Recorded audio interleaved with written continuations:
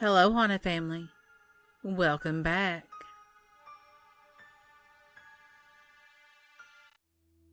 Story 1. The Microwave Glitch. I needed to heat up water, and since I didn't have a kettle, I got a plastic bowl and filled it with water. A couple cups worth at least. I put it in the microwave and heated it up for about a minute. When I went back and opened the microwave, water came pouring out. I looked inside, and all that I saw was the lid to the plastic bowl and a giant puddle of water in the microwave. Way more water than I possibly could have carried over from the sink in the thin plastic lid. It's really so mundane, but I swear to you, something in the universe broke for a second. There is no way I could have done that, even if I had been totally spaced out. It can't explain how that much water was in the microwave, and it came pouring out as soon as I opened the door. It was a whole bowl's worth of water. Story 2. Something's up with the cat. A bunch of weird things used to happen at our old house when we were kids. I guess the weirdest glitchy one involved our cat, though. One day my sister and I couldn't find the cat. We were worried he got out, so we started searching high and low for him. He was not on the main floor.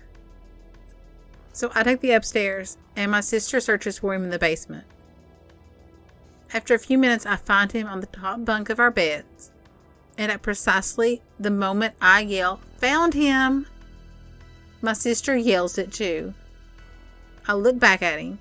I had climbed halfway up the bed, so I was face to face with him at this point. And suddenly he lets out a series of terribly violent hisses.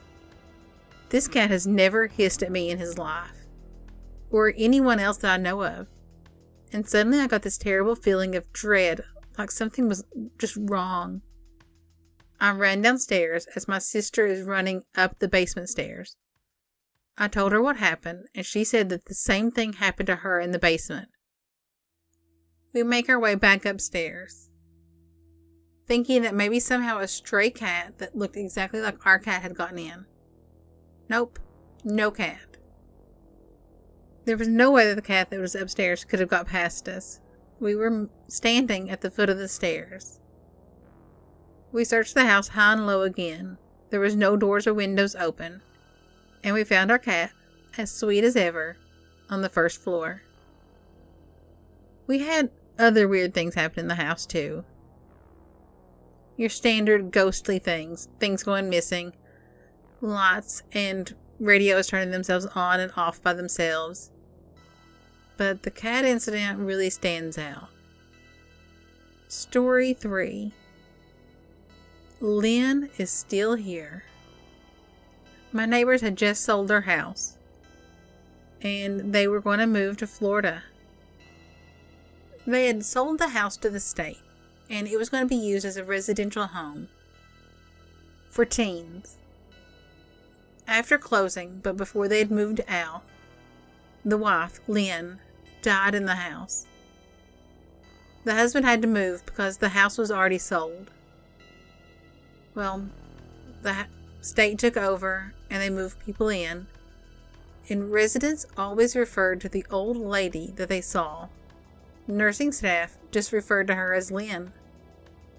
Now, late at night, when the residents were asleep, if the staff put on TV that was a little bit more adult programming, not porn, but definitely not family friendly, the TV would turn off and then turn back on with a different channel playing, a more appropriate channel playing.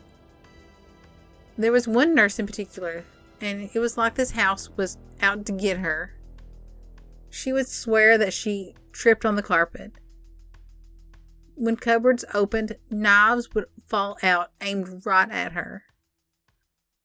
She was always having accidents in the house.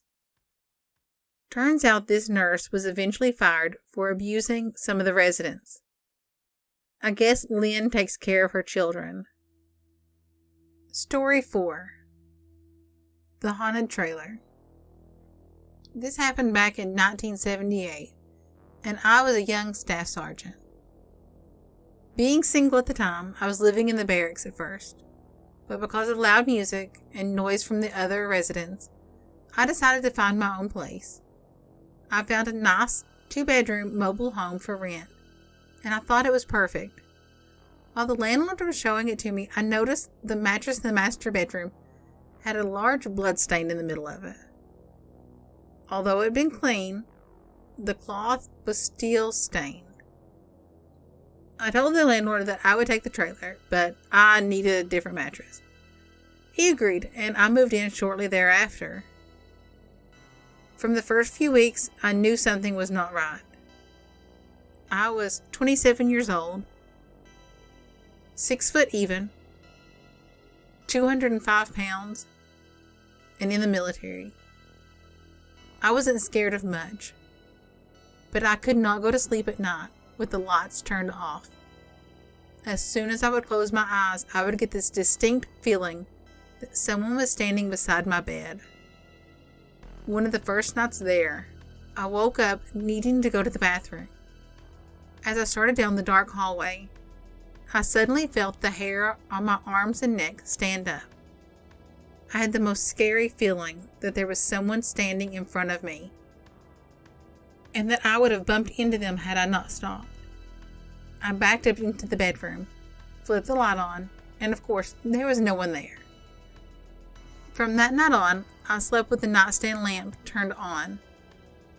Other odd things began happening. On more than one occasion, I'd be in the kitchen washing dishes or cooking and feel someone come up and stand right behind me. The experience always gave me goosebumps.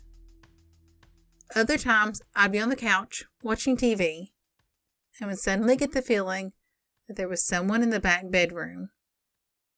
I never saw or heard anything, but I knew that I was not alone in this trailer.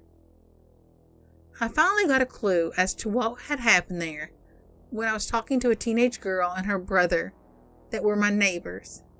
I felt stupid for asking, but I just had to know. I asked the girl, "Hey, have you ever heard of anything bad happening in the trailer?" She didn't hesitate. She said, "Oh, yeah. A couple years ago, there was a woman who was killed there. Someone broke in and stabbed her to death." Shortly after this conversation, I married a lady I'd been dating, and we moved into a house that had more room.